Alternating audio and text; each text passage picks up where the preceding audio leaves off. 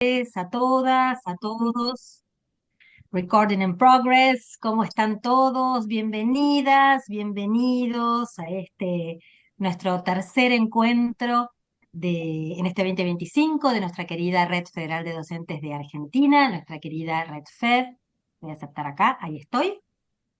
Bueno, estamos muy, muy felices, como siempre, en Educar 2050 de poder reencontrarnos en este espacio de pertenencia, de aprendizaje, de enseñanza, de compartirnos. Ahí ya hay varios de nosotros, de nosotras que nos hemos sumado y enseguida seguramente se irán sumando cuando terminen las jornadas largas, se irán sumando a este nuestro tercer encuentro. Bueno, antes que nada, como siempre, como directora de Educar, tengo que hacer los agradecimientos de rigor como corresponde, porque realmente si no existieran determinadas organizaciones, instituciones, empresas, personas que nos acompañan desde hace tantos años, sería muy difícil poder llevar adelante nuestra red. Así que, en primer lugar, como siempre, agradecer a la Fundación Navarro Viola, que nos da este espacio virtual en donde nos podemos reencontrar, trabajar, como siempre, desde hace muchos años, así que gracias a Navarro Viola, también a nuestros donantes, especialmente a Deloitte, que hace muchos años nos acompaña y este año muy especialmente nos acompaña con RedFed para que podamos seguir haciendo estos encuentros, nuestras actividades, acciones y también poder planificar, darle continuidad a esta red, poder seguir fortaleciéndola, poder seguir haciéndola crecer. Así que muchísimas, muchísimas gracias. Muy especialmente, como siempre, a nuestro gran, enorme equipo de voluntarias de la Red Fed en convenio con la Universidad del Siglo XXI, nuestra querida Vilma, Marcela, Male, ahí las veo, muchísimas gracias. Desde el minuto cero nos están acompañando y son muchos años de voluntariado y la verdad que lo hacen con el corazón, con la vocación y también sin ellas sería muy difícil llevar adelante esta red. También agradecer mucho al grupo de docentes referentes territoriales, es un nuevo grupo que surgió este año en Educar en el marco de este proyecto y que tiene, bueno, gran cantidad de docentes muy activos de las distintas regiones de nuestro país y por supuesto al equipo de Educar 2050, a todo el equipo, pero muy especialmente a Sil y a Cande, que son los dos motorcitos, los dos tractorcitos que llevan adelante nuestra querida Red Fed. Bueno, por otra parte, recordarles avisos parroquiales de inicio de los encuentros. Por favor, no se olviden de completar la encuesta de satisfacción. Cuando terminemos, la enviamos o en estos días será enviada, la completan. Para nosotros es muy importante el feedback, saber qué tenemos que modificar, qué hay que cambiar, qué hay que sostener.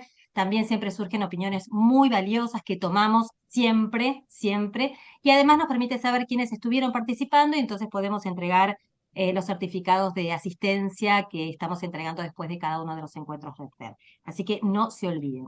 Y por otro lado, como siempre, pedimos colaboración para poder activar las redes sociales, que, bueno, compartan nuestras redes de Educar, que nos ayudan a nosotros porque de esa forma nos potencian para poder A también ver, potenciar gorda. nuestra red.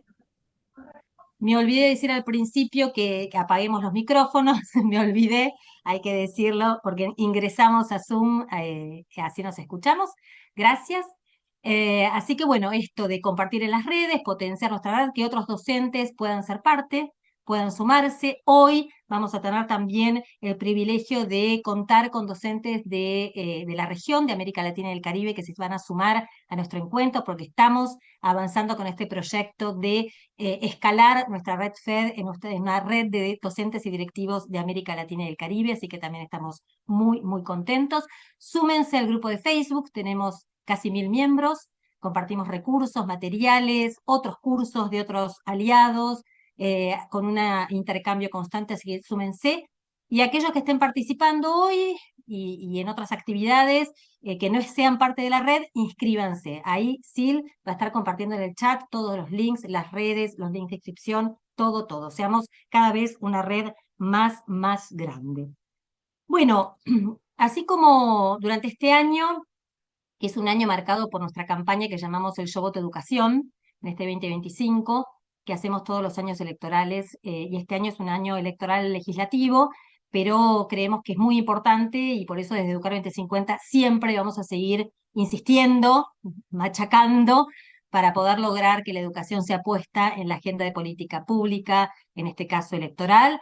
Y en ese marco iniciamos el año con este foro y este primer encuentro RedFed, abordando temáticas de política pública educativa justamente y de prácticas pedagógicas innovadoras comparativas de América Latina y el Caribe.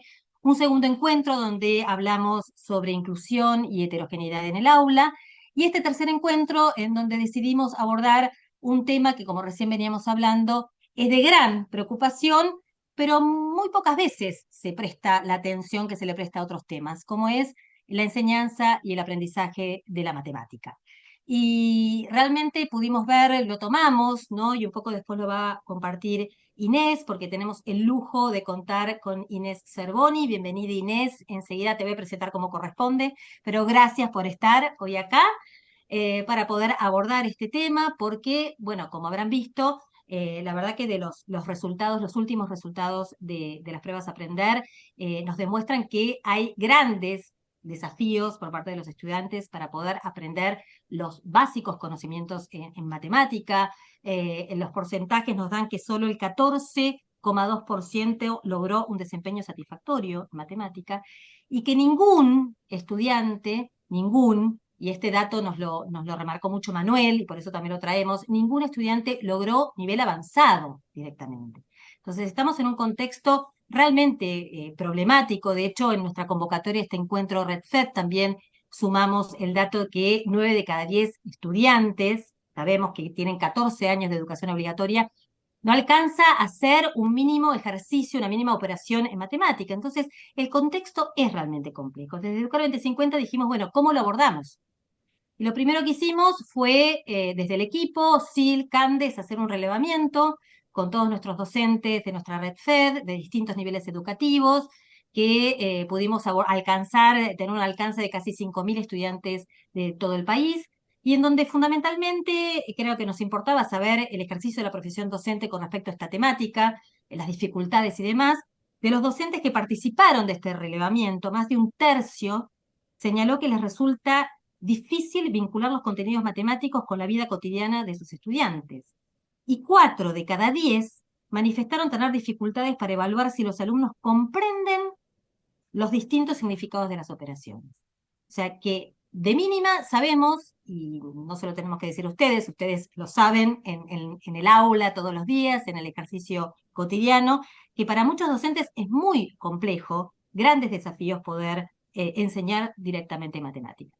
Entonces, teniendo este relevamiento, teniendo esta problemática planteada desde Educar 2050, como siempre, tratamos de traer las herramientas, traer los contenidos a nuestros encuentros que puedan servir, y es por eso que, insisto, está Inés para poder abordar la enseñanza de las matemáticas desde la mirada de la neurociencia y traer, como hablábamos hace un ratito antes de empezar este encuentro, herramientas específicas, digamos, estrategias que puedan contribuir a fortalecer esta enseñanza y este aprendizaje, por ende, en nuestros estudiantes.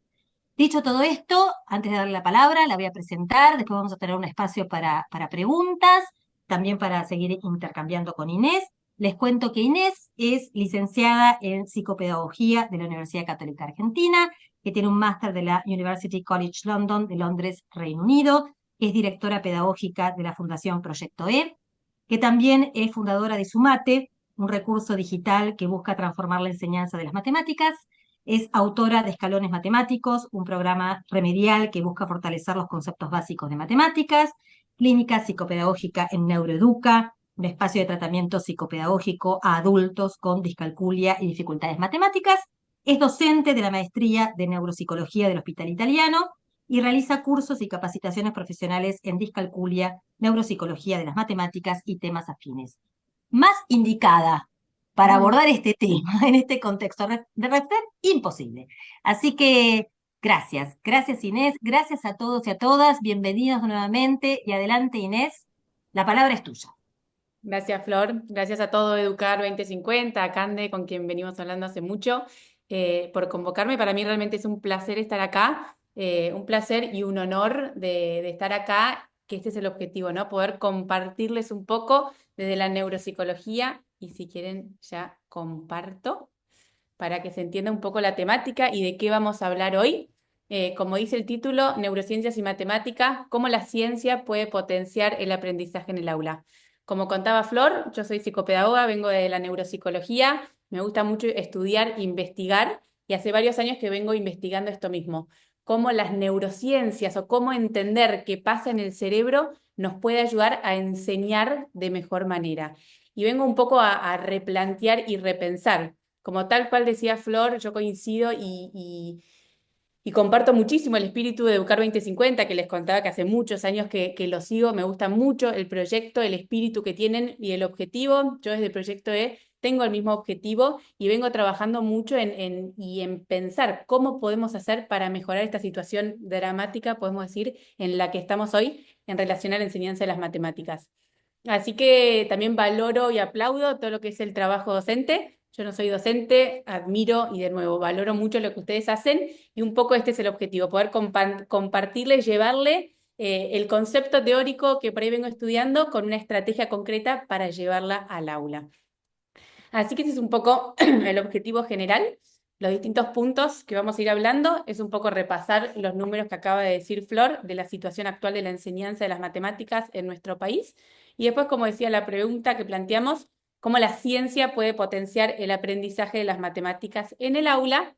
Y ojalá podamos llegar a hablar de todos estos conceptos. Me cuesta elegir porque todos me parecen sumamente importantes, pero voy a ir mencionándole cada uno de estos y de nuevo haciendo ejemplos concretos de cómo cada uno de estos conceptos se los puede llevar al aula. Para empezar, y esto sí lo voy a hacer rapidito, no es mucho más que lo que comentó Flor hace unos minutos nomás, estas pruebas a aprender, las últimas pruebas a aprender que se visibilizaron hace menos de un mes, creo, o 2 meses, que muestran, como decía Flor, cómo el 85,8% de los estudiantes en el último año de secundaria presentan un desempeño básico o por debajo del básico en matemáticas. Después de todos los años, de toda su escolaridad, terminan la secundaria sin los conceptos básicos. Y como muy bien dijo, tampoco contamos con ningún alumno o ningún porcentaje de alumnos en el avanzado, ¿no? Y esto es un poco lo que Educar 2050 visibilizó, y a mí me llegan los newsletters y comparto mucho, porque el primer paso para poder cambiar una situación es entender cómo estamos, dónde estamos parados, y es lo que muy bien, de nuevo, hacen distintas organizaciones o Argentinos por la Educación, también ayuda y hace mucho, que tenemos que tomar conciencia, de nuevo, de la situación en la que estamos para poder después cambiarla y lo que los medios también nos ayudan a poder comunicar mejor. Y acá hay un dato también importante, porque veníamos hablando también unos minutos antes cuando nos conectamos, de todo lo que se habla en respecto a la alfabetización, ¿no? Hay muchísimos referentes, muchísimas charlas. Solamente ustedes han ido a distintas charlas de cómo enseñar a leer y escribir. En los últimos años, y gracias a Dios, se está hablando mucho con esta campaña de alfabetización a nivel nacional, los acuerdos y demás, pero poco se habla de las matemáticas y cuánto peor estamos en matemáticas, ¿no? Acá podemos ver solo el 42% y seguramente con todo lo que se fue haciendo, este porcentaje fue bajando, ¿no? La cantidad de alumnos en lengua que están por debajo del básico o el básico. Y fíjense la diferencia con matemáticas, ¿no? Y no quiero quedar, y tampoco quise poner, porque todas las distintas pruebas que tengo una carpeta llena de datos de matemáticas, las pruebas PISA dicen lo mismo, pero esto también, y yo les contaba, lo veo en mi propia comunidad. Como les decía, yo estoy trabajando en Proyecto E, una fundación que busca mejorar la educación de mi distrito, que estoy en San Antonio de Areco.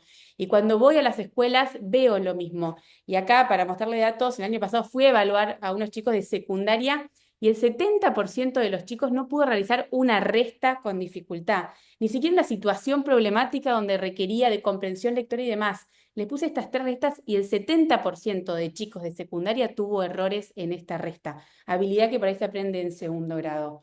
Entonces, de nuevo, lo que quiero decir acá es que lo veo en carne propia, por eso me preocupa y me ocupa, y eso es un poco lo que estoy haciendo, y también trabajando en distintos programas para poder, pues no nos tenemos que quedar solo en el dato, solo en decir esto es una tragedia, sino que esto nos tiene que ayudar a actuar, ocuparnos y poder trabajar para poder empezar a que los alumnos en Argentina por lo menos terminen con los conceptos básicos, ¿no? Algo, sin duda, tiene que cambiar. Necesitamos comenzar una revolución matemática. Yo sigo mucho a una autora, acá tengo todos mis libros que les voy a ir contando, Esta autora se llama Jo Boaler. Si ustedes después la siguen, y también quiero aclarar, como le dije a Cande, que esta presentación se las voy a compartir, les voy a compartir todos mis datos para que después me manden, me pregunten, y les voy a compartir todo lo que tengan. Pero hace ya varios años sigo mucho a esta mujer, se llama Jo Boaler, está en la University of Stanford, y ella lo que habla es, y en todos sus mails, de Join me for the Math Revolution. Estamos en una crisis matemática, necesitamos revolucionar y transformar, hay algo que no está funcionando. Y también pensaba, ¿no? Y un poco lo fuimos hablando, a aprender también del camino recorrido de la alfabetización. Estamos muchísimo más atrasados en matemática, pero la alfabetización ya hizo mucho a nivel país, y en Argentina hubo muchos acuerdos y campañas. Y también nos marca un poco el camino de por dónde hay que ir. Hay mucha analogía y muchos puntos en común en cómo estamos dándonos cuenta que hay que enseñar a leer y escribir, y en cómo enseñar a leer matemáticas. Y también muchos errores que yo creo que se hicieron en todas estas campañas, tanta grieta, ¿no? En distintos métodos, tanta lucha, tanto aprendamos, y que ojalá no pase lo mismo con las matemáticas, ¿no? Y podamos hacer un equipo, hacer equipos dentro, y hablando de Argentina, ¿no? De mi propia comunidad, equipo entre distintos referentes, que somos pocos, tampoco sé si me considero una referente, yo desde mi humilde opinión vengo a hablar, pero sí de distintos profesionales, no solo referentes, distintos profesionales que quieren mejorar la enseñanza de las matemáticas. Empezamos a hacer equipo, tiene que ser un trabajo interdisciplinario, que entre todos empecemos a repensar qué se puede hacer y qué un poco se está haciendo, ¿no? Este lunes pasado estuve en un evento en el IAE con la Fundación Libertad y Progreso, que fue eso, articular entre un montón de referentes y pensar qué podemos hacer, qué se está haciendo, así que vinimos muy entusiasmadas con un montón de ideas. Dicho esta introducción, que de nuevo no terminaría así, porque a veces terminamos un poco deprimidos, por así decir, o angustiados con la realidad en la que estamos, lo que quiero es dar cosas, ejemplos concretos de cómo se puede, cómo se podría mejorar esto, ¿no? ¿Qué nos dicen las neurociencias?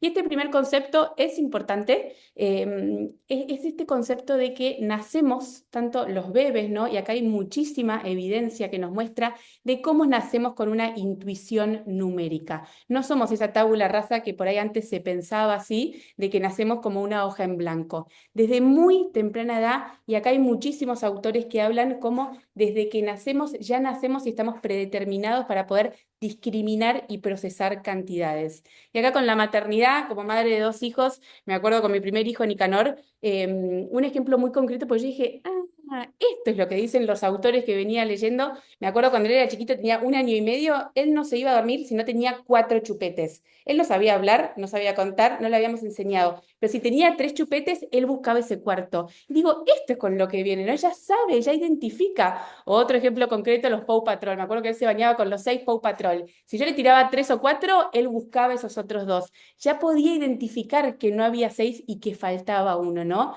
Entonces hay algo innato que todos traemos, sí, y que, perdón, que no me quiero adelantar, y que también compartimos con los animales y los aborígenes. El sentido numérico, y este autor es muy interesante si a alguien le interesa este tema, Andreas Nieder, es un alemán que habla mucho, tiene un libro muy bueno, que dice: el sentido del número en sus comienzos no simbólicos se puede rastrear a través de la evolución y el desarrollo. Entonces, como los animales también es sumamente interesante. A mí esto no me interesaba y se ve que me fui cada vez apasionando, y me pareció muy interesante ver cómo los animales también pueden discriminar cantidades y cómo las necesitan también para su supervivencia, ¿sí? Y acá hay un libro muy interesante de mi gran amigo, podemos decir, Brian Butterworth, fue profesor mío en la UCL y es un gran referente que estudió muchísimo, y es muy interesante para, por si a alguien le interesa, pero no me quiero detener porque tengo muchísimo para hablar.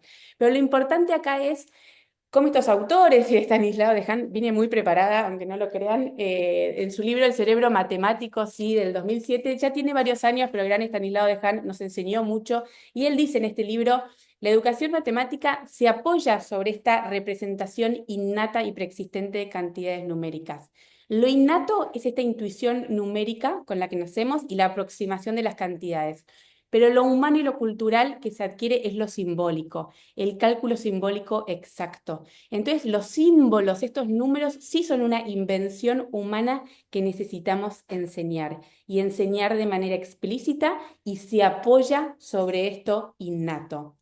Y acá también algo que me hace pensar es cómo los bebés y los niños adoran las matemáticas. Y esto Joe Boaler lo habla mucho, y también lo veo con mis hijos, lo veo en los jardines, lo veo en todos lados, cómo con mucho orgullo cuentan, hablan, descubren las matemáticas, los números, y cómo esto que dice Joe Boaler, esa llama se va apagando, ¿no? Cuando entran en primaria, secundaria, ya empieza ese odio a las matemáticas, ese miedo a las matemáticas que hace que se pierda esa fascinación por querer aprender. Un dato muy interesante que contaba Euger Licky, es una economista que ella trabaja en Argentinos por la Educación y en el IAE, y en este encuentro del lunes ella decía, un dato muy interesante es que en las pruebas PISA, Argentina, de todos los países internacionales, es el que tuvo puntaje más alto en el odio a las matemáticas. No tengo la referencia, le quise escribir y se me pasó, pero dicho de otra manera, lo que me contaba Euge es, somos el país que más alumnos tiene con odio a las matemáticas.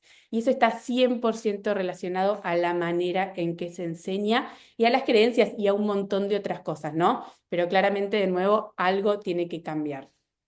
Y un concepto que vengo a traerles que me gusta mucho, parece, siempre digo, no parece muy nerd de mi parte decir, pero es de los conceptos más lindos que me dieron las neurociencias, es esta neuroplasticidad cerebral, ¿no? ¿Qué es la neuroplasticidad cerebral?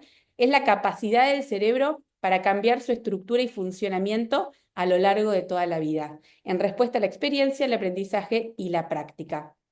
Cada vez que aprendemos algo nuevo, nuestro cerebro cambia y el aprendizaje modifica físicamente nuestro cerebro. Dicho de otra manera, yo les digo la teoría y también lo digo con mis propias palabras, es la capacidad que tiene el cerebro para poder cambiar y aprender a lo largo de toda la vida.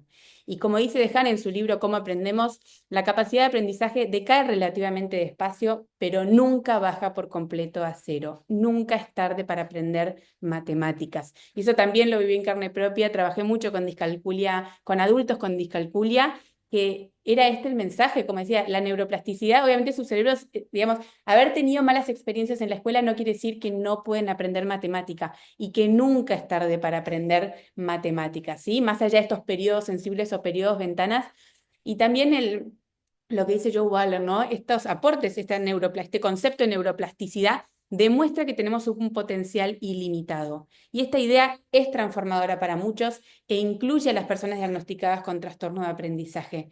Que una persona tenga discalculia es verdad que nace con una dificultad para entender el sentido del número, el valor del número, pero que tenga esa dificultad no quiere decir que no va a poder aprender. Y es un poco porque en su momento trabajé mucho con el famoso desafiando la discalculia, que bueno, porque me fui más a la enseñanza de las matemáticas, que fui dejando un poco de lado. Yo siempre digo, cuando volví a Inglaterra empecé a trabajar por este 7% que tiene discalculia, en cómo compensar, pero cuando me di cuenta que en Argentina hay un 70%, hoy vemos un 85%, dije, yo no quiero trabajar por ese 7%, quiero trabajar por ese 85%. Pero de igual manera, aunque tengas discalculia o aunque no hayas aprendido matemáticas, nunca es tarde para poder mejorar. Todos podemos aprender matemáticas, por ahí cada uno a su propio ritmo, pero todo cerebro es capaz de aprender matemática. Entonces las matemáticas también y ese odio son porque hay muchos mitos erróneos que están instaurados en nuestra cultura y en nuestra sociedad que necesitamos erradicar. Esta foto, no la saqué, me la hizo GPT, pero me acuerdo cuando vi una foto de Joe Boaler en le copié la idea, por así decir, en un foro que vi de Joe Boaler, ella decía, tenemos que erradicar porque no existe esto de ser una persona matemática, todos podemos aprender, ¿sí? Y este es un mensaje que necesitamos llevarlo al aula.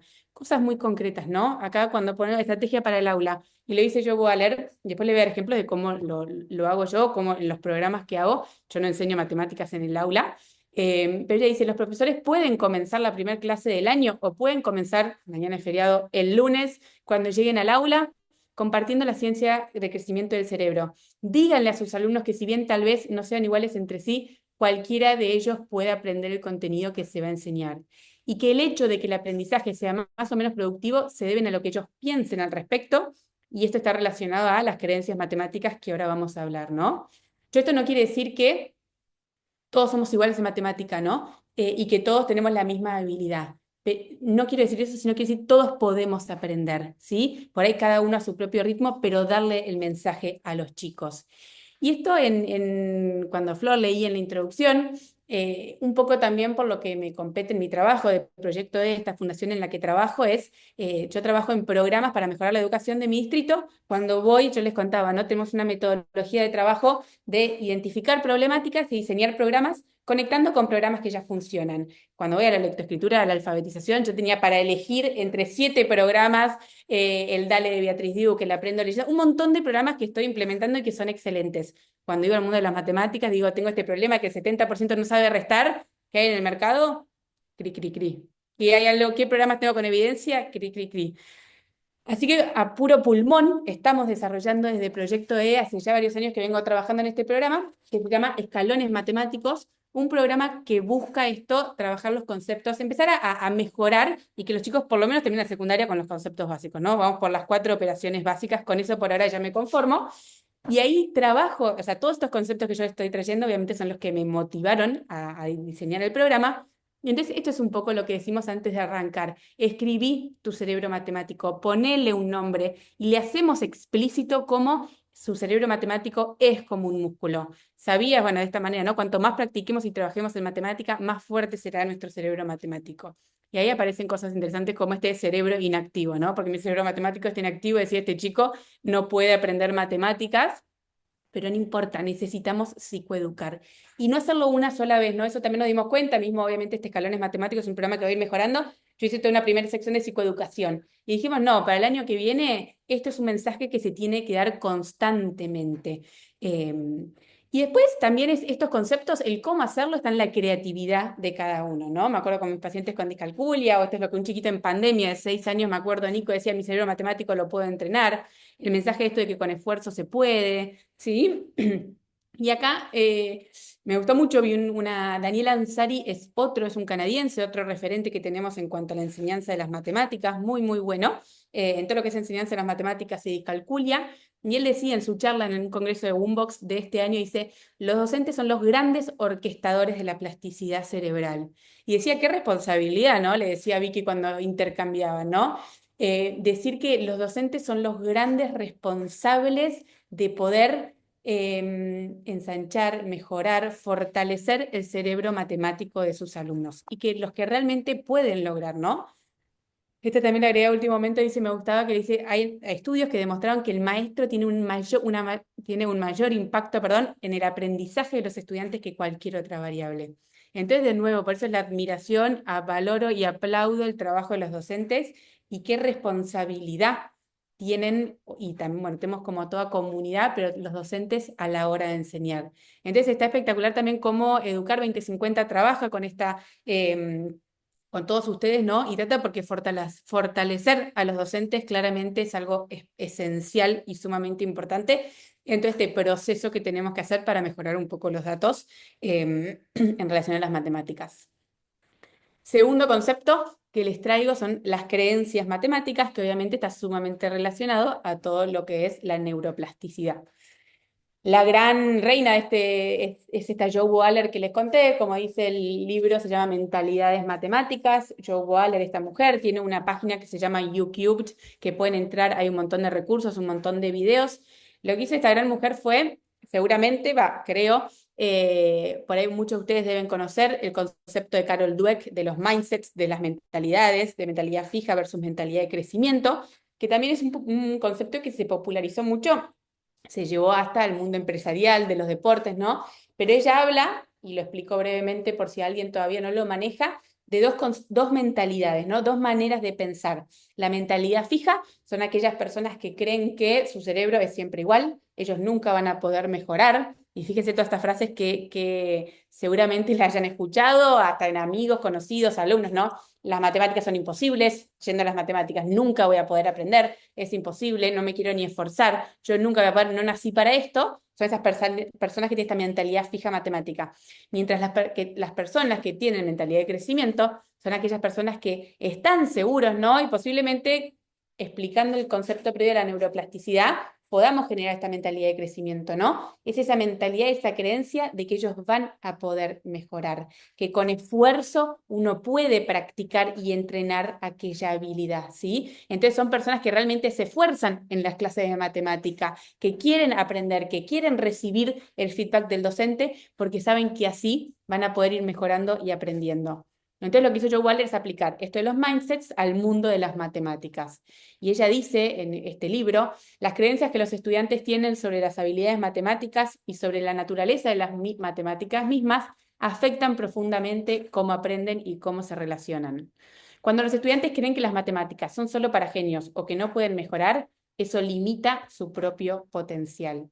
Entonces, una de las cosas que ahora vamos a ver con ejemplos concretos es la necesidad de cambiar estas creencias matemáticas. Y más aún, cómo los datos nos ayudan, ¿no? Lo que dicen las pruebas PISA, que somos el país de todos los 81 países que están en las pruebas PISA que más odian las matemáticas. Posiblemente que más creencias, porque está muy relacionado al odio, a esas creencias erróneas y fijas que los alumnos tienen, ¿no? Y que necesitamos cambiar las creencias referentes a nuestro aprendizaje, porque esto repercute obviamente en su rendimiento. Y hay mucha evidencia, y también lo vemos, ¿no? Pero acá hay estudios, y pueden ver, y Carol Dweck tiene varios papers muy interesantes, que habla cómo las personas con mentalidad de crecimiento realmente mejoran su rendimiento. ¿Por qué? Son personas que están más motivadas, son personas que se esfuerzan, son personas que si no entienden preguntan, son personas que practican en sus casas, que buscan videos en YouTube, que buscan la manera de poder entender y que obviamente se está relacionado también a un mayor disfrute de las matemáticas. Entonces es sumamente importante, y acá también voy con ejemplos concretos, de nuevo, como insisto que me parece un concepto sumamente importante es la teoría, también lo llevo a la práctica en este programa de escalones matemáticos, ¿no? Y es esto de cuestionar. Acá también es importante.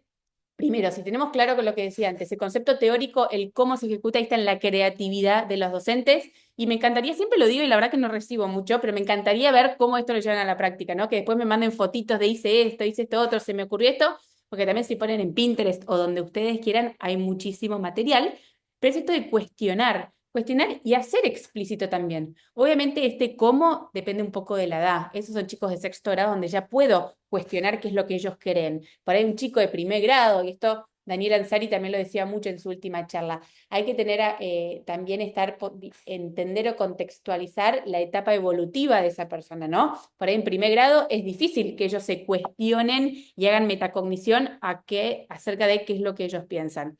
Pero fíjense, ¿no? Las matemáticas son muy aburridas y difíciles, yo nunca voy a poder dividir, las matemáticas son aburridas, lo que más me cuesta, yo nunca voy a poder aprender la división, en matemáticas me aburro, las matemáticas son para aburrirse y no hacer nada. Entonces, cuando empezamos a cuestionar, es impresionante las cosas que salen y de nuevo, qué importante trabajarlo.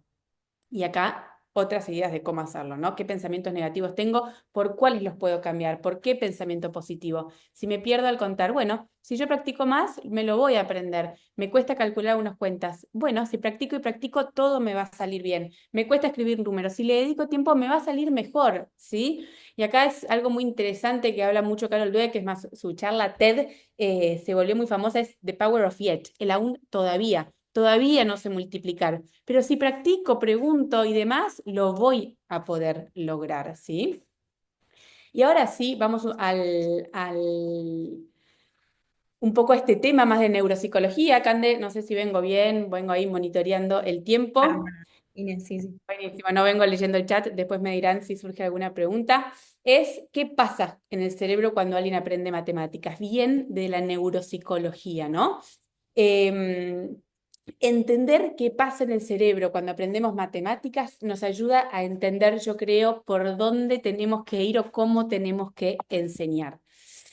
Y acá también la neuropsicología fue cambiando. Hace muchos años se creía, y esto es lo que dice esta referencia, el desarrollo de las habilidades aritméticas no puede ser reducido a una sola función cognitiva o a una sola región. Antes se creía que había solo un área acá atrás que se ocupaba de hacer las matemáticas como un módulo aislado, ¿no? Y hoy nos damos cuenta, la neuropsicología va tendiendo a que cuando investigamos, y hoy por el tema, ¿no?, de la cognición numérica, no estamos mirando un módulo cognitivo encapsulado, respaldado por un solo sistema neural, sino más bien una amplia red de procesos cognitivos interrelacionados con bases neuronales complejas, que es un poco lo que les voy a contar con un montón de siglas raras y nombres raros, pero también entender que para aprender matemáticas necesitamos de una red neuronal compleja, nos ayuda a justificar de que aprender matemáticas es complejo y requiere de un montón de funciones cognitivas. Yo a mí siempre me gustan las matemáticas, pero no voy a negar que obviamente puede llegar a ser difícil, puede llegar a ser complejo y de nuevo requiere de un montón de otras funciones cognitivas y habilidades que son esenciales para poder aprender matemáticas, que lo hace aún más complejo en la situación de hoy cuando vemos que 1 de cada 2 chicos no comprende lo que lee y la comprensión lectora sí es necesaria para el aprendizaje de las matemáticas o para entender una situación problemática y poder resolverla, ¿sí? Entonces, de nuevo, entender un poco qué pasa nos ayuda a entender cómo trabajar y cómo podemos enseñar. Lo que usé para esto, que también se los puedo mandar o simplemente ustedes pueden capturar y lo descargan, son distintos metaanálisis, que los metaanálisis lo que hacen es hacer un resumen y decir, en los últimos 10 años, 20 años, cuáles fueron todos los estudios que investigaron con resonancias funcionales magnéticas qué pasa en el cerebro cuando hacemos matemáticas y lo fueron resumiendo, ¿sí? Y muchos, por suerte, coinciden en las conclusiones. Y estas que les muestro acá, que ahora les voy a contar cuáles son las distintas áreas críticas o áreas principales que son parte de esta red neuronal, ¿sí? Es una red que es compleja y activa un montón de áreas principales, de áreas cerebrales, pero hay algunas que son más críticas o que se activan más o que son más importantes que otras, ¿sí? Y lo que concluye en el paper que más les recomiendo es este de Peters y Smith de 2018, que es muy simple, claro y conciso, que concluye que esta red aritmética recluta un gran conjunto de áreas interconectadas, incluidas áreas prefrontales, parietales posteriores, occipitotemporales e hipocampales. Y ahora les voy a contar, pero les prometo que todo esto que les voy a contar, que son un montón de siglas, tiene mucho sentido y se puede llevar a la práctica y al aula. Áreas del lóbulo frontal. El lóbulo frontal que tenemos acá, principalmente estas dos áreas críticas, ¿sí? Dorsolateral prefrontal cortex, como dice ahí, la corteza prefrontal dorsolateral y la ventrolateral, son áreas que están sumamente activas a la hora de hacer matemáticas. Y seguramente ustedes saben, o muchas, o por ahí no tienen por qué saber, que en el lóbulo frontal tenemos principalmente todo lo que son las funciones ejecutivas, ¿sí? Y hay un área, por ejemplo, esta memoria de trabajo, que está sumamente activa y como dicen estos autores, perdón, saqué esta frase porque eran muchas frases y quise simplificarlo un poco, pero dice, las áreas prefrontales están activas en los primeros estadios del aprendizaje o cuando hay algo complejo. ¿Qué quiere decir? Cuando yo estoy aprendiendo, por ejemplo, las tablas de multiplicar, si yo no la tengo automatizada, yo la necesito usar la memoria de trabajo para poder resolver. Si alguien me pregunta, ¿cuánto es 5 por 3? Y yo no lo sé, yo lo hago mentalmente, ¿no? Y hago 5 más 5, 10, más 5, 15. Necesito esa memoria de trabajo, esa capacidad de mantener online información para poder manipular y hacer ese cálculo. Pero cuando nosotros, por eso es cuando no tenemos automatizado o cuando estamos aprendiendo algo, necesitamos usar eso. Pero es un problema que los chicos y los adultos también, esto se ve mucho en la descalculia, hay mucha activación de este lóbulo frontal, porque Daniel Ansari lo decía muy bien, y no lo puse porque, bueno, no quise tampoco complejizarlo, pero lo traigo porque me parecía muy claro. La memoria de trabajo es como una botella de vino que es un cuello, ¿no? Y es un cuello de botella que no nos permite, digamos, actuar rápidamente, ¿sí? Porque es tedioso, es cansador. Una adulta con la que yo trabajaba dice, claro, Inés, yo frunzo el ceño acá todo el tiempo cuando tengo que hacer un cálculo. Y eso es cansador y tedioso. Entonces nosotros necesitamos que los chicos, los alumnos, logren esa fluidez matemática de automatizar estos datos aritméticos y no hacerlo siempre con la memoria de trabajo, que es lo que pasa mucho hoy en día. Después hay áreas en esta red neuronal aritmética que son claves, y estas sí son las más específicas de las matemáticas, que son áreas más del lóbulo parietal, acá atrás, como es el lóbulo parietal superior posterior y este surco intraparietal, que ven ahí el cerebro, lo puse girando, bilateral, el IPS que se ve acá, que esta sí es por excelencia el área que se activa durante el procesamiento del número. Es aquella área que es bien específica de las matemáticas, para que tengan una idea que las personas con discalculia nacen y hay mucho estudio que demuestra que tienen un menor volumen, menor activación, ¿sí? Es un área que nos ayuda a realmente entender el valor del número, a entender qué significa sumar, qué significa restar o qué significa dividir. Y después hay otras áreas del área del lóbulo temporal, como es el hipocampo, que está acá atrás, que tiene un rol muy importante en la formación de los datos aritméticos. Y esto, para que tengan una idea, les quiero hacer la analogía de El hipocampo es el área que se atrofia en las personas con Alzheimer. ¿Y qué pasa en las personas con Alzheimer? Les cuesta aprender un tema nuevo. ¿Qué quiere decir esto? El hipocampo nos ayuda a aprender temas nuevos. Cuando yo estoy aprendiendo las tablas de multiplicar, este hipocampo está sumamente activo. Pero cuando ya lo aprendí, ese hipocampo queda en reposo. Y ahora les voy a mostrar simplemente, y también si alguien quiere puede buscarlo, que hay una diferencia muy grande, han mostrado estos autores, en la activación del hipocampo en los niños versus en los adultos. Porque el niño cuando está aprendiendo un tema nuevo, ese hipocampo está sumamente activo. En cambio, cuando ya lo aprendí, todos esos datos se van principalmente a áreas más de la corteza temporoparietal, específicamente este giro angular. Para no leer tanto y no detenerme tanto, el giro angular es aquella área cerebral donde almacenamos y guardamos todos los datos aritméticos, que lamentablemente en muchos de los alumnos en Argentina está bastante, podemos decir, vacío. ¿Por qué? Cuando yo voy a las escuelas y le pregunto a chicos de sexto o séptimo cuánto es 5 más 2, lo siguen haciendo con esta memoria de trabajo, no lo pueden evocar. ¿Cuánto es 5 por 5? Tienen que ir a la tabla pitagórica o empiezan con las sumas, porque no lo tienen guardado. Y ese es un poco el objetivo y cómo lo podemos llevar a la práctica, ¿no? De intentar.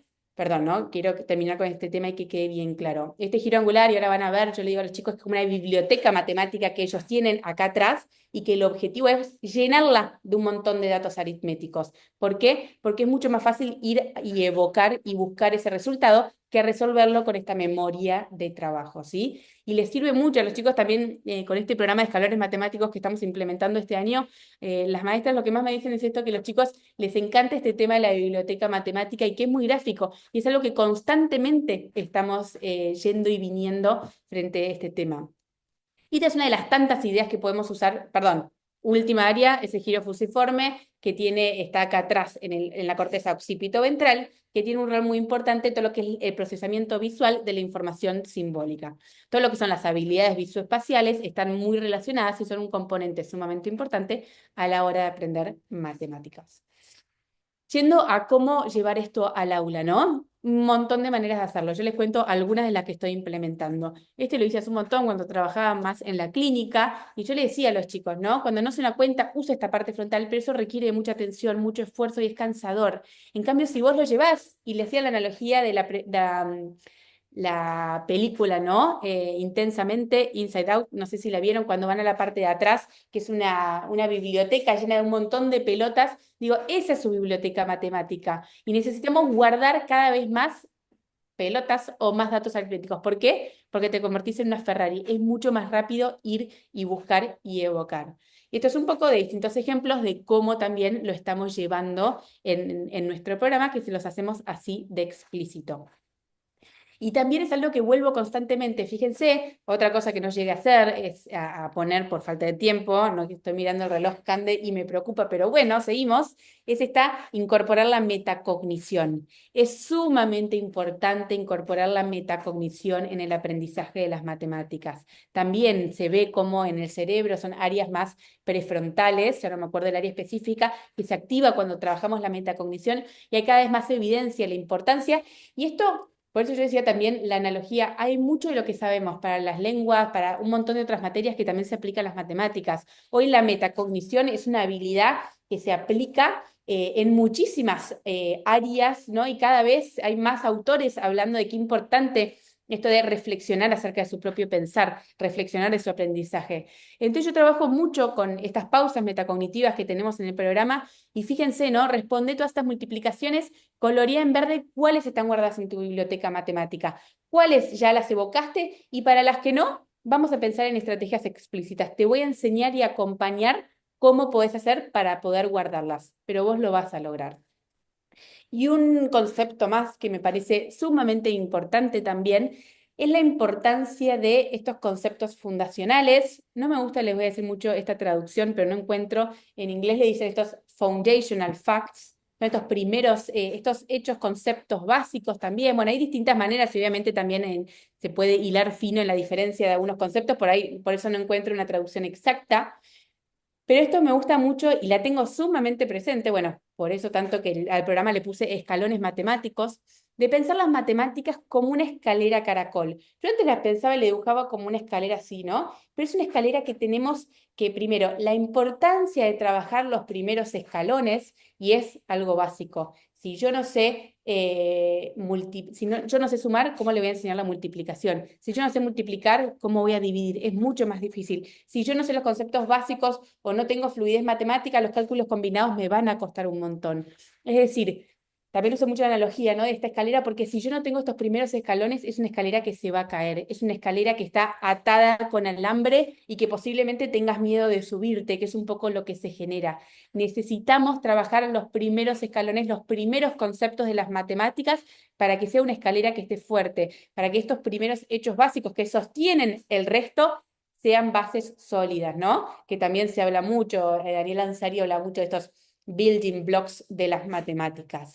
Y que no importa la edad, esto para la discalculia, también yendo a la secundaria. Yo el año que viene voy a implementar este programa de escalones matemáticos en secundaria y voy a empezar trabajando las 4 operaciones básicas, o los números hasta el 100, hasta el 1000, hasta 1.000.000, cómo enseñar a sumar, cómo enseñar a restar. ¿Y qué pasa? Pero son chicos que, no importa que son chicos, si no los tienen, ¿cómo voy a enseñar cómo vas a enseñar la raíz cuadrada si ni siquiera saben multiplicar? Primero lo primero, y creo que es un poco lo que tenemos que hacer para también que los chicos, yo digo, esto tiene un doble propósito. Primero, fortalecer estos primeros escalones y en segundo lugar, para que los chicos tengan más confianza en sí mismos, se den cuenta que pueden y esto los ayude a motivar y a cambiar esas creencias matemáticas. Pero bueno, no soy yo la que hablo de esta escalera caracol, sino son estos grandes autores que dicen en la enseñanza de las matemáticas, es como cualquier otra disciplina, es importante que los conceptos se introduzcan de forma sencilla y se amplíen progresivamente. Un buen programa de enseñanza tiene que estar diseñado de tal manera que el estudiante pueda recorrerlo en espiral, volviendo sobre los mismos temas, pero cada vez a un nivel más alto de comprensión. Y les confieso que las docentes me pidieron feedback de este primer programa y dicen, es un poco repetitivo, porque yo enseño algo y lo vuelvo a repasar y lo vuelvo a repasar. Digo, es verdad que es repetitivo, pero eso dice la literatura que es lo que más funciona. Hay que practicar, repasar y así vamos complejizando cada uno de los temas. Y por último dice, el aprendizaje es un proceso en espiral donde cada nueva comprensión se construye sobre la base de conocimientos previos, lo que hace esencial que los conceptos fundamentales sean sólidos desde el principio. Y esto es un poco, esto no es con ánimos de promocionar mi programa ni mucho menos, sino es ideas concretas de qué se puede hacer o qué es lo que yo estoy haciendo basada en toda esta literatura, ¿no? Y no importa la edad, acá sexto grado empiezo trabajando los números del 1 al 100, después los números del 1000, escalón por escalón, y así vamos aumentando la complejidad. Y estos hechos básicos, también otros autores, perdón, por ahí les desbloqueé una necesidad, como dicen, ¿no? De muchos autores nuevos, pero son autores que sigo mucho con estos libros, ¿sí? Figuring Out Fluency, y tiene un montón de otros, son estos autores que dicen, los hechos básicos son realmente la base sobre la que se basa todo cálculo matemático. Sin embargo, piensen que estos son yanquis, estos autores, y también pasa allá, ¿no?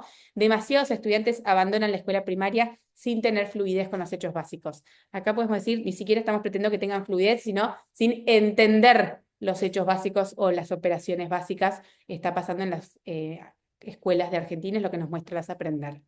Y el dominio de estas habilidades fundamentales es crucial porque el aprendizaje nuevo depende de un aprendizaje previo. Entonces volvamos a las bases, empecemos a trabajar con los conceptos más básicos para después ir complejizándolo. Los estudiantes que dominan los hechos numéricos básicos pueden liberar su memoria de trabajo para concentrarse en problemas más complejos, ¿sí? Necesitamos que los alumnos liberen esa memoria de trabajo para poder usarla, para procesar, para entender, ¿sí? Y usar directamente esta memoria de largo plazo. Los estudiantes que no desarrollan fluidez con operaciones básicas experimentan dificultades en cursos posteriores, ¿sí? Entonces volvamos a lo simple y volvamos también a esta enseñanza visible, tangible, con material concreto, donde los chicos puedan ver y tocar qué significa cada uno de estos símbolos, ¿sí? Y que no sea solo de manera abstracta. Y Cande, si querés, puedo hacer como que estoy cerrando la presentación por falta de tiempo para ir a preguntas. Como quieras, Inés, ¿vos te parece algo más importante que quieras contar? Sí, todo es súper importante, pero algo más que tengas que digas, esto no me quiero ir sin decirlo. Igual hay muchas preguntas en el chat y tenemos algunas pensadas. Si querés algo así, un Bueno, pantallazo y cerramos. dale, si quieren lo paso rápido y voy a conceptos. Acá lo que quería que con lo que se queden es que como también cuando vimos qué pasa en el cerebro cuando aprendemos matemática, demuestra cómo esto para aprender matemáticas, como dicen los autores, requiere un montón de funciones cognitivas. A una decimos estas de dominio más general y otras más específicas, pero no necesitamos, no requiere solo algo específico de matemáticas, es algo mucho más complejo.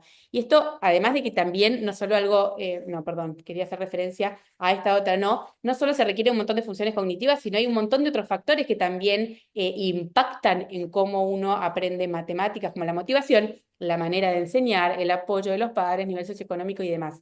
Y a mí me gusta así pensar esta analogía como un equipo de fútbol, ¿no? Para poder entender, porque una persona puede, y también uso mucho esto del iceberg, puede no entender matemáticas por un montón de razones. No hay que meterlos todos en la misma bolsa, ¿no? Es complejo, obviamente, como docente, poder saber por qué mi alumno no aprende, pero es importante poder entender porque el cómo ayudarlos va a depender de dónde está la dificultad. Y una persona puede no aprender matemáticas por un montón de razones. Entonces, pensar, no es como un equipo con un montón de jugadores. ¿Dónde está la dificultad? ¿Cuál de estos jugadores no está trabajando bien para poder trabajarlo? Y más que todo para aquellas que son psicopedagogas, ¿no? Esto de las dificultades en matemáticas son muy heterogéneas. No todos tienen discalculia, ni hablar. Hoy hablamos, un 85% termina el colegio, pero un 5 o 7% tiene discalculia.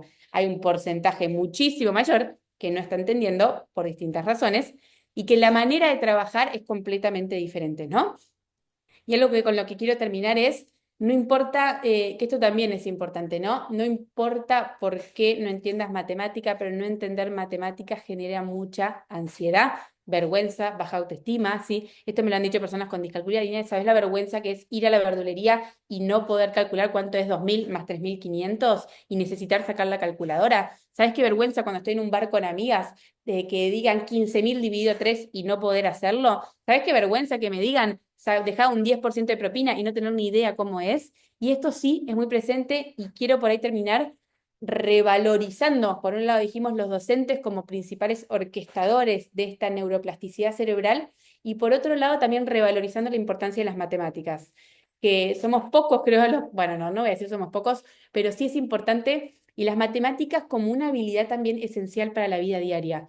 No solo porque sí es muy importante y es una materia que es básica para todas, casi me animo a decir, es transversal a casi todas las carreras universitarias, transversal puedo decir a un montón de trabajos y profesiones, ¿sí? Y también para la vida diaria. Entonces, por lo menos busquemos que nuestros alumnos terminen la secundaria con los conceptos básicos para que eso no le impacte para la vida diaria y obviamente para que puedan soñar con una profesión, una carrera universitaria, ¿no? Y puedan soñar con un futuro mejor para ellos, para nosotros como comunidad, como país y demás. Así que por ahí terminar con este mensaje de la gran Joe Waller de suelos bajos, techos altos, ¿no? No decir ellos no lo pueden hacer, sino todos tienen la capacidad para aprender. Pensemos cómo necesitamos enseñarlos, que tampoco tengo yo toda la respuesta, ¿no? Estas son ideas concretas que estoy haciendo, pero creo que de nuevo, como equipo, como comunidad educativa, tenemos que sentarnos a pensar cómo podemos hacer para mejorar esto, para mejorar me sale, ¿no? Para un país mejor, una comunidad mejor, que no tengo duda que es sumamente importante. Así que bueno, Cande, ese es mi mail, que como les decía, me pueden preguntar todo lo que quieran y les puedo compartir desde la presentación hasta papers, bibliografía o lo que ustedes quieran. Bueno, Ine, muchísimas gracias por tu presentación. Yo iba tomando nota de todo porque la verdad que la disfruté un montón. Eh, Así que bueno, me quedo con esto, ¿no? De primero la importancia de la metacognición, de explorar las creencias matemáticas, la fluidez también y cómo la cantidad de cosas que se ponen en juego cuando un niño aprende matemática. Y sobre todo como maestra y para todas las maestras que hay acá también lo que creemos en nuestros alumnos también se crea, ¿no? En ellos. Entonces, la importancia de nuestras creencias para acompañar sus creencias. Eh, Y hay mucho, Cande, solo un comentario ahí, pero hay muchos de los docentes, me sale ahí mi lado feminista, no, pero decir también a las mujeres, ¿no? De cómo con gestos implícitos se está hablando mucho de la literatura también, de cómo que no haya diferencia de género, ¿no? Las mujeres también pueden como pretender de todos por igual y esto soñar que no tengan techo nuestros alumnos en cuanto a su capacidad de aprendizaje. Tal cual. Y es verdad que, bueno, no, da para mucho, pero hay un montón de preguntas. Dejémoslo ahí, Cande. Sí, sí, porque mira, empezamos temprano con las preguntas. Preguntaban por acá si la intuición numérica es un concepto diferente al de sentido numérico. ¿En qué se diferencian?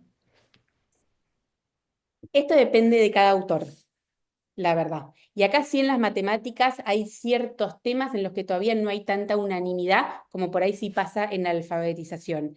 Entonces, acá no quiero entrar en tanto detalle porque depende qué autor lees. Digamos, creo que Andreas Nieder es uno de los que dice la intuición numérica es este sentido del número con el que nacemos. Hay otros que al sentido del número lo asocian más a entender el valor del número. Si vos me preguntás a mí, sí son temas, conceptos que están muy relacionados y este sentido del número sí es esta intuición numérica con la que nacemos, que nos ayuda a entender posteriormente el valor del número y con el que las personas con discalculia nacen con dificultad, nacen con una alteración, podemos decir, en esta habilidad innata para entender el valor de los números. Clarísimo, Ine. Acá, Estela, vos que estás acá, ¿querés hacer tu pregunta también? Vos hiciste una pregunta sobre Stanleas de Anne y después también mandaste una, si querés. Abrite el micrófono y lo haces vos, ya que te vemos acá. Bueno, primero, muchísimas gracias, Inés.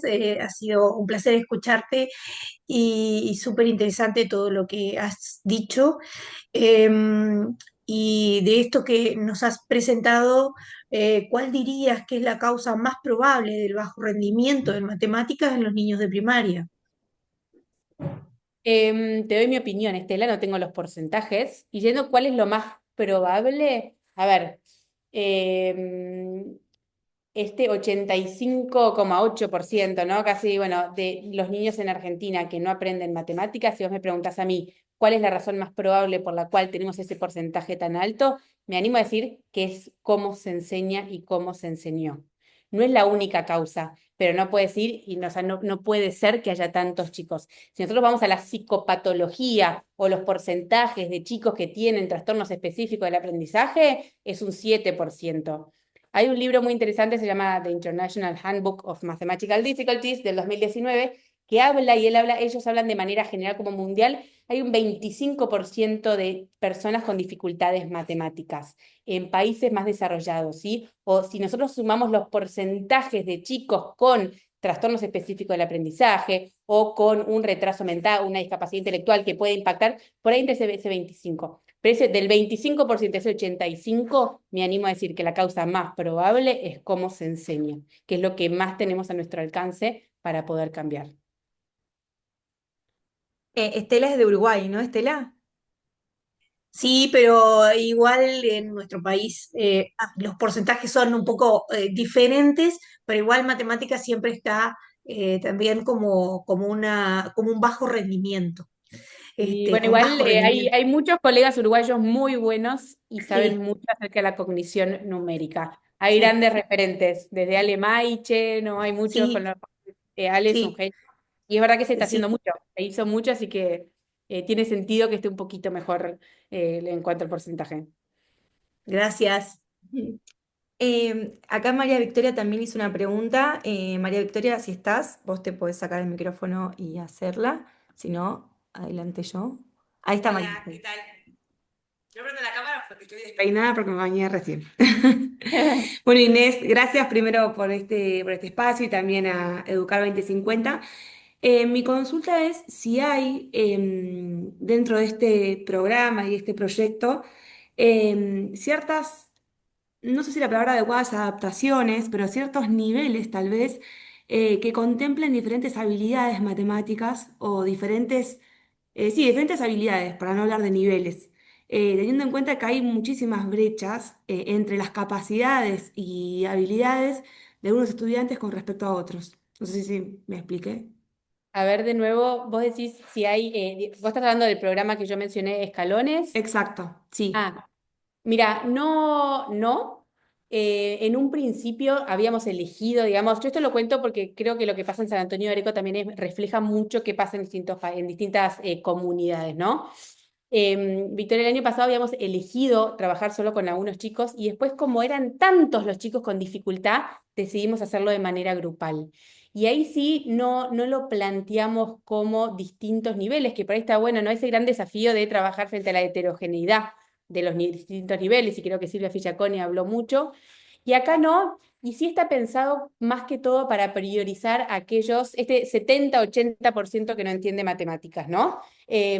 Y sí, es verdad que por ahí hay distintos niveles, pero creo que a todos les viene bien repasar estos conceptos fundacionales. Por ahí a ese 15% que va muy bien, no tanto. Pero como eran tantos, empezamos desde lo más básico y es a todos por igual. No sé si es lo mejor, ¿no? Es verdad que por ahí está bueno poder trabajar frente a esta heterogeneidad, pero bueno, frente a tanta complejidad en el contexto en el que se enseña, hicimos algo que es igual para todos. Aunque cada maestra recibe desafíos matemáticos, le decimos, que son distintas situaciones problemáticas para aquellos chicos que no tienen tanta dificultad, que cuando terminan pueden hacerlo.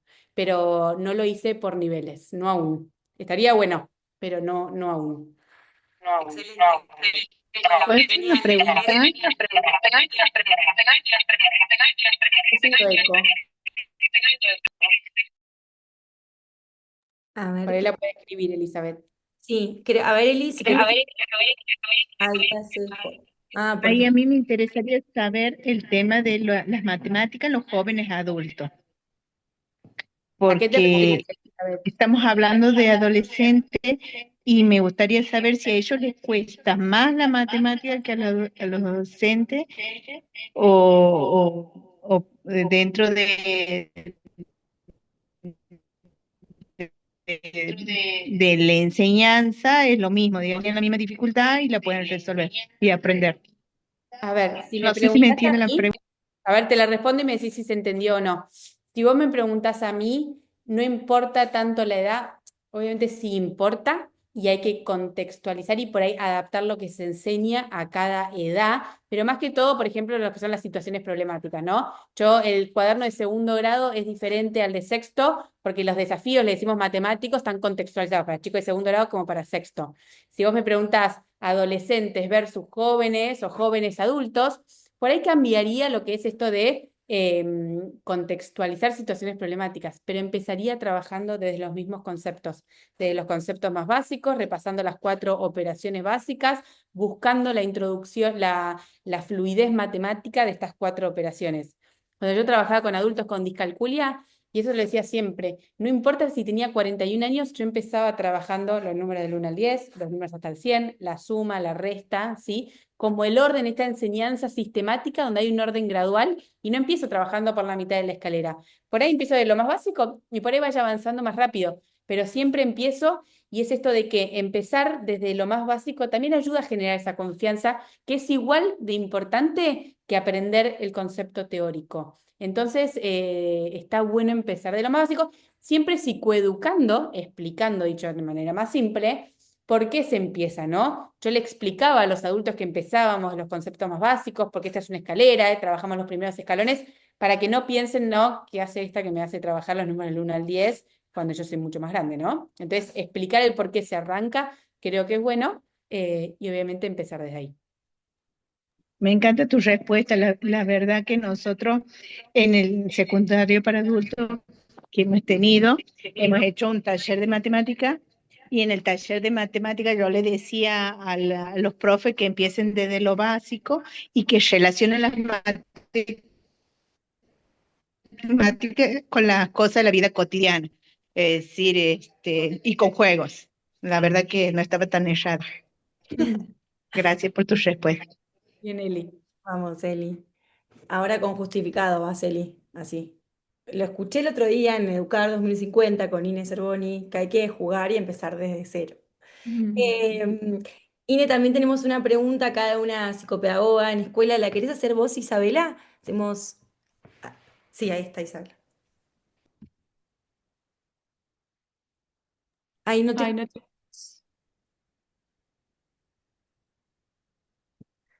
Estás sin silenciar, pero no te escuchamos. A ver. por ahí son los auriculares. A ver ahí. No. ¿No? Ahora sí. Qué raro. Ahora sí, ahora Ah, sí. ¿Sí? Sí. ¿cómo estás, Ah, Isabel? Sí, ahí sí, Isabel. bien, ¿cómo estás? Muchas gracias por este espacio. No, una pregunta era, yo estoy como psicopedagoga en primaria y secundaria. Bueno, obviamente en secundaria la matemática es un enorme desafío y como en mi rol de acompañar, ¿no? A los chicos que tienen más dificultades, se empieza a ver como bastante claro esto, ¿no? De cómo influyen las funciones ejecutivas en el rendimiento. Pero a la vez es como bastante desafiante encontrar la manera bien, digamos, adecuada y específica y eficaz para acompañarlos, ¿no? Desde qué adecuaciones, a medida que uno va como intentando y buscando y siempre encontrar las adecuaciones es un trabajo artesanal, pero bueno, ver si por ahí con tu experiencia y tus conocimientos podés andar un poquito ahí. Coincido en todo lo que sí, creo que es parte de la respuesta que te hubiese dado esto de lo artesanal, ¿no? También hay una referencia, creo que la había puesto y si no, como, o sea, qué importante, dicen los autores, y es el sentido común, ¿no? De si su dificultad está en las funciones ejecutivas, trabajar las funciones, o sea, el trabajo y que la adecuación esté centrada en trabajar las funciones ejecutivas. Como realmente, pero es un desafío muy, muy grande que a veces por la demanda es difícil de llevar al aula de hacer estos diagnósticos diferenciales y entender en cada alumno, obviamente en las escuelas privadas por ahí es más fácil y tenemos más alcance de hacerlo, de entender que este chico tiene dificultad por las funciones ejecutivas y que no es una discalculia, ¿no? Porque la manera de abordarlo y la intervención y la adecuación tiene que estar centrada en cuál es su dificultad. Entonces, si son las funciones ejecutivas que tienen la dificultad, las adecuaciones o la manera de trabajar, principalmente las funciones ejecutivas, como esto de estructurar, de frenar, de pensar, de reflexionar. Yo a un paciente le decía mucho que teníamos dos jugadores de fútbol, uno matemático y otro atencional. Y hacía mucha metacognición también. Si hice un ejercicio, ¿cómo le fue? ¿Qué nota le pones? Como en los partidos de fútbol, al jugador matemático, un 10, y al jugador de ejecucional o atencional le decíamos un 4. ¿Por qué? Porque me Perfecto. apuré, porque copié mal el signo. Entonces, hacer ese ejercicio metacognitivo ayudaba. Como vos dijiste, es un trabajo muy artesanal y a veces es difícil de hacerlo y no se puede, pero para realmente poder mejorarlo es lo que idealmente deberíamos hacer. Perfecto. Y después te quería preguntar si esto de los escalones matemáticos está a la venta. No, no porque lo estamos probando, pero escríbanme, Ah, lo ok. pueden compartir, si lo quieren, digamos, lo terminamos de diseñar, lo estamos implementando, estamos analizando los datos a ver Ah, si ok. funciona, si no, lo vamos a mejorar. Es como un proyecto que recién arranca, pero el que esté interesado me escribe, lo comparto el año que viene, perdón. Estamos buscando implementarlo en otros lados, así que nada, el que esté interesado me puede escribir. ¿Y vos lo pensás como perdón, ya termino, pero implementarlo de, por ejemplo, como un taller aparte o, digamos, como una herramienta para las maestras No, sí lo o estamos docentes? depende de cada escuela. Lo estamos implementando en dos escuelas. En una está dentro de un taller aparte, en Ok, otra la herramienta para enseñar en el aula. La docente dijo, perfecto. no, de segundo grado no saben del 1 al 100, lo está implementando en todas sus horas curriculares. Así que depende un poco, pero es más como algo para taller y opcional para los chicos descendidos, porque también tiene solo dos ejes, que es numeración y operaciones, ¿no? No es que puede ser un Genial. manual de enseñanza para todo el año que sigue todos los contenidos curriculares. Buenísimo, muchas gracias. Nada. Eh, Ya estamos un poco, también pidieron ahí bibliografía INE, pero después nos pasás una lista con los autores que nombraste y que recomendás y los pasamos. Teníamos Romina, espérame que así dio Romina Burton, no sé si está acá, sí, sos vos, Romina, que nos mandó una pregunta en el link de inscripción, la última, INE. Daría para tres encuentros más, pero vamos a aprovechar el tiempo. Adelante, Romina. Bueno, hola Inés, gracias, Cande. Voy a la pregunta directo. Era, si un estudiante de quinto grado aún no memoriza las tablas de multiplicar, pero comprende la lógica de la división, ¿es apropiado que utilice la tabla pitagórica como apoyo para resolverlas? A veces parece que existe presión por retirar demasiado pronto el material concreto de las aulas para que los estudiantes trabajen, perdón la voz, únicamente con cálculo mental. ¿Cuál sería el equilibrio adecuado entre el uso de apoyos visuales y el desarrollo del cálculo mental? Bueno, Romy, es una gran pregunta que podemos desmembrar y pensar un montón de cosas. Primero, la diferencia de el uso de material concreto versus un apoyo visual, ¿no? El uso de material concreto siempre es bienvenido. ¿Por qué? Porque ayuda a representar las cantidades, a que los números sean algo tangible. Y también, de nuevo, es una pregunta que puede dar para mucho porque es distinto qué pasa para las personas con discalculia versus para un alumno con un desarrollo típico. Si me preguntás para los discalcúlicos, el gran Brian Butterworth dice, nunca saquen, no les saquen ni el material concreto ni el apoyo visual, digamos, no se lo saquen antes de que ellos, no decidamos nosotros de sacarlo, no me acuerdo la frase textual, no decidamos nosotros sacárselo, sino déjenselo y que ellos sean los que no lo recurran y no lo usen, o sea, ellos mismos, pero que siempre esté a disposición. Entonces, si me preguntás el material concreto, el material base 10 o más pictórico como para representar las cantidades, siempre es bienvenido porque siempre ayuda a entender el valor de los números o qué está pasando. Por otro lado están los andamiajes visuales, como es la tabla pitagórica, ¿sí? Y todos los distintos andamiajes que uno puede hacer para reforzar. El andamiaje visual sirve como, a mí me gusta mucho, va a ser poco clara mi pregunta porque tengo dos opiniones distintas. Yo, por un lado, me gusta mucho el apoyo visual porque ayuda a, es todo aquello que no tienen guardado en su memoria a largo plazo, ayuda a poder tenerlo de manera visible, explícito, eso baja la ansiedad, disminuye el recurso de la memoria de trabajo y ayuda a que pueda trabajar. Entonces es muy bueno tenerlo. Pero ¿qué pasa? También critiqué y critico, de buena manera lo digo, a las personas que dicen, tomar la tabla pitagórica la vas a necesitar siempre, porque vos nunca vas a poder aprender la tabla de multiplicar. O el mensaje implícito, si vos le dices a un chico con discalculia, tomar la tabla pitagórica, la vas a necesitar siempre, vos le estás diciendo, nunca vas a poder aprender las tablas, entonces tómalo. Y genera como cierta dependencia. Entonces, me gusta porque ayuda, es un poco la combinación de dársela, eso ayuda a bajar la ansiedad, pero no decirle, tomá, la vas a tener toda la vida, sino como transición hasta que lo puedas lograr e invitarlos a desafiarlos para poder lograr salir de esa zona de confort y lograr aprender ese concepto. Y un último comentario, Romy, de esto es también que a veces es inevitable, ¿no? Pero cómo esto de la escalera de todavía no saben la multiplicación y ya estoy en la división. Hay veces que hay que llenar todo, pero cómo primero lo primero, consolidar bien la multiplicación para después pasar a la división en el mundo ideal, digamos. Sí, coincido, debería ser así, pero viste que el aula es tan diversa y lamentablemente es como que los chicos eh, tienen que avanzar con el grado, sobre todo en castellano. Inglés te da otras posibilidades, viste, diferentes niveles. Entonces, bueno, digo, para que no se sientan como que no avanzan en nada, porque si se quedan en la multiplicación es como que tienen un contenido y siempre van como atrasándose. Entonces digo, bueno, hasta que las memorice, viste que hay como cierta vergüenza entre los mismos compañeros, entre ellos mismos, de, ay, bueno, pero no. Entonces, alentarlos un poco a eso que vos decís, ya las vas a aprender, mientras tanto, como te sale la división, bueno, dale que va. Pero fíjate que distinto, Romy, es el mensaje que vos estás dando a tomar la tabla pitagórica, nunca lo vas a aprender. Siempre tiene que ser como transición hasta que lo puedas hacer. Y esos mensajes son súper importantes para esta creencia matemática que ellos tienen, ¿no? Así que tal Bueno, cual. muchas gracias. No, un placer. El todavía, ¿no? Todavía, el poder del... Total. Te podemos hacer una última, Ine, y ya, porque Obvio. acá, nos decían que a mí me parece súper interesante, ¿qué conceptos crees vos desde tu experiencia, saber, Ine, que no... Ah, está Belén, ¿no? ¿O no está? Yo le estoy... Ah, Belén, ¿estás? No sé si estás ahí. Bueno, si no la hago... Bueno. ¿Qué conceptos no deberían faltar en... Ahí está Belén. Soy yo.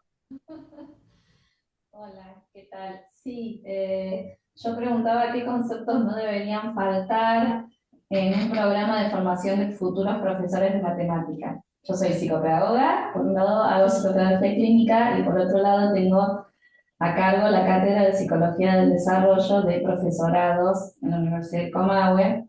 Entre ellos está el profesorado universitario de matemática, y recién cuando yo tomo la cátedra empiezo a incluir conceptos y contenidos que tienen que ver específicamente con lo que es el desarrollo matemático, desde el mismo sentido numérico, intuición numérica y demás, y estrategias en el aula. Y esto de que puedan entender el estudiantado y el futuro profesor, esto de lo que son las dificultades matemáticas, las discalculias, que es muy probable que a lo largo de su carrera, en más de una ocasión, tengan estudiantes dentro de sus aulas que o bien por discalculia, o bien por un trastorno específico del lenguaje, o por una DEA, o por un déficit intelectual, trabajo con discapacidad, van a tener este tipo de cuestiones y de trabajar. Entonces, bueno, es esto un poco como pensar hoy, a 2025, yo trabajaba inicialmente con en algún momento con los libros de Sergio Dancilio, uruguayo él, y con algunos materiales de aula del hospital italiano, que hablaban de discalculia, pero bueno, es esto, y algunas cosas de Abraldes, de clínicas interdisciplinarias de Garrahan, que también hacen sobre dificultades en las matemáticas, pero es esto, ¿qué conceptos no deberían faltar en un programa de formación de futuros profesores de matemáticas? Sí, creo que trabajar en las formaciones de profesores es súper importante, ¿no? Y es ahí donde tenemos que trabajar para que los docentes estén formados y ayudar a repensar. Te voy a resumir, Belu, si vos me preguntás, son todos los conceptos que por ahí puse hoy, ¿no? Desde las neurociencias, ¿qué enseñaría? Es esto. ¿Qué pasa en el cerebro cuando uno aprende matemáticas? Las dificultades matemáticas, bueno, lo pasé muy rápido, ¿no? Pero entender la heterogeneidad de las dificultades matemáticas, las distintas razones de por qué una persona no puede aprender matemática, ¿no? Como entender estos, por lo menos conceptos básicos de neuropsicología, entender qué es la discalculia, cómo poder, como docente, poder ayudarlo a las personas con discalculia, esto de las adecuaciones, qué tipo de adecuaciones se puede hacer según la dificultad que esta persona tiene, esto de la neuroplasticidad, las creencias matemáticas. Entonces creo que, nada, estos conceptos creo que hablé hoy son relevantes y yo los incluiría. Muchísimas gracias. Un Muchísimas placer. gracias. Bueno, ahora sí, Ine, muchísimas gracias. No sé si nos querés dejar así una frase final. A mí me gustó mucho la frase del final que pusiste. ¿Cómo era? Yo no- Suelos bajos, techos altos. Está. Y hay yo sigo mucho a una empresa, una editorial matemática, que también le dice paredes anchas. Suelos bajos, techos altos, paredes anchas. No, realmente es esto como invitar a un trabajo en equipo, si alguien está trabajando, tiene ideas, algo le funciona, como empezar a compartir y hacer una red también a nivel nacional para repensar cómo podemos hacer, como esto de las buenas prácticas, compartirlas para realmente empezar a contagiar y empezar a ver qué programas o qué cosas funcionan y se pueden empezar a implementar en distintas escuelas, sin duda. Gracias, Ine. Flor, cuando quieras. Sí, perfecto. Bueno, gracias, gracias, gracias, gracias. Yo, a ver, había anotado varias cosas que igual ya las dijeron Candy y vos. Solamente creo que mi frase de matemática frustrada total, abogada cuadrada ortodoxa, todos podemos aprender matemática. Eso me quedó como la frase final. No, pero Espectacular. creo que, a ver, esto de que estamos en una crisis, tomé nota de algunas cosas, pero es lo mismo que dijiste Ine y Cande. Gracias, Cande, por la moderación genial. Que estamos en una crisis matemática y necesitamos una revolución matemática. Y la revolución siempre es mucho, es grande, es potente, pero sin embargo, desde la focalización en la medida de lo posible de aquellas necesidades puntuales, ¿no? Porque no todos no podemos aprender matemática o entender por distintas razones que no necesariamente es discalculia o alguna patología específica, digamos. Entonces, me parece que la focalización en el marco de una revolución es complejo, es un desafío enorme, pero hay que ir por ahí. Y después, bueno, esto de que todos podemos aprender, me parece que es un muy buen inicio, paradigmático inclusive, y estos dos ejes que también marcaste, que me parece que para cerrar este encuentro de docentes exclusivamente, primero, revalorizar la matemática porque genera mucha vergüenza y angustia no poder resolver cuestiones de la vida misma. Entonces, hasta desde ahí deberíamos poder generar una alfabetización en matemática en beneficio de todos y de todas. Y después el rol docente, ¿no? Revalorizar el rol docente. Básicamente, este es un encuentro para eso. todo lo que se plantea acá, después hay que llevarlo a la práctica y bueno, lo plantearon y es muy complejo y me encantó esto del impacto del docente, que es la variable más importante del aprendizaje de los estudiantes y creo que es así. Así que, bueno, cerrando acá, gracias a todos, a todas. Va a llegar la encuesta de satisfacción. Por enésima vez también repito, va a llegar el material y todo lo que recomendó INE. Gracias por haber participado con tanta atención. Estuvieron todos desde el inicio hasta el final, a pesar del cansancio y de ser un viernes, como dijiste, INE. Así que gracias porque fue muy interesante y siempre es muy lindo encontrarnos en esta red que queremos mucho, mucho y que esperamos tenga muchos años más y con encuentros como este que realmente la revalorizan y la potencian. Enormes gracias a todos, a todas, especialmente a vos, Ine, y a todos. Nos reencontramos la próxima. Un placer. Chau a todos y gracias a Educar 2050. Gracias, Inés. Adiós.